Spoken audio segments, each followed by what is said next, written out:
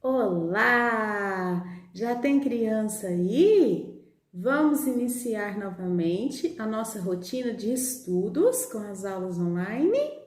Vamos então começar mais uma semana, agora com um mês novo. Agora nós estamos no mês de, quem sabe? Quem falou abril acertou. Agora nós estamos no mês de abril. Eu quero que vocês procurem aí na sua casa um calendário, visualizem o seu calendário aí, o dia de hoje, o dia da semana, o dia do mês direitinho, porque vocês precisam aprender a habilidade de ler o calendário, tá bom? Então você pode todos os dias visualizar o seu calendário aí na sua casa. Tá ok? Vamos à aula então, a tia vai explicar a atividade do dia. Vamos comigo. Olá, já tem criança aí? Vamos à explicação de hoje da atividade da apostila do PET, volume 2 de língua portuguesa. Nós já estamos na terceira semana, crianças. Vamos lá? Hoje, crianças, nós iremos trabalhar o PET, né? Que fala sobre avisos. Aviso é um tipo de texto que existe, é um gênero textual. Existem vários tipos de texto, como, por exemplo, poema, receita, bilhete, anúncio, carta. Nós vamos hoje trabalhar a interpretação desse gênero textual, aviso. Avisos, crianças, são textos escritos dessa forma. São textos curtos, né? Escritos em letras bem grandes para chamar a atenção da pessoa, tá? Então, aqui a tia trouxe o exemplo, ó. Aviso aos passageiros, antes de entrar no elevador, verifique se o mesmo encontra-se parado neste andar. Então, esse tipo de aviso a gente encontra perto de elevadores, né? De empresas, de prédios comerciais ou residenciais. Certo?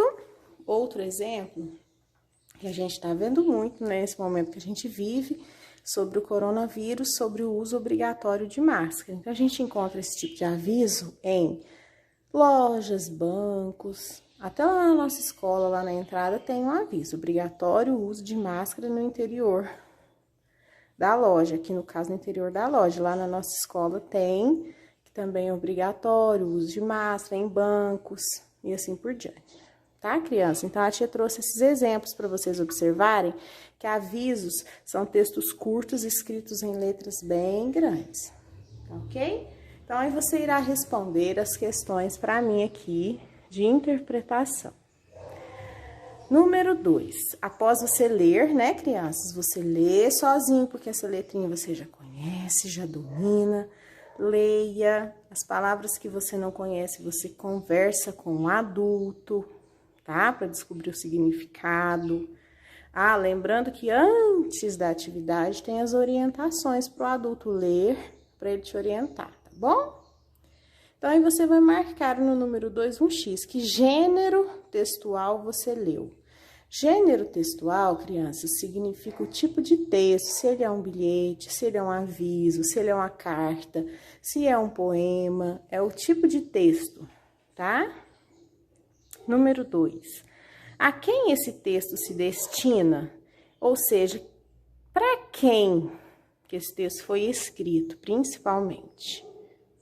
Letra B, quem escreveu esse aviso?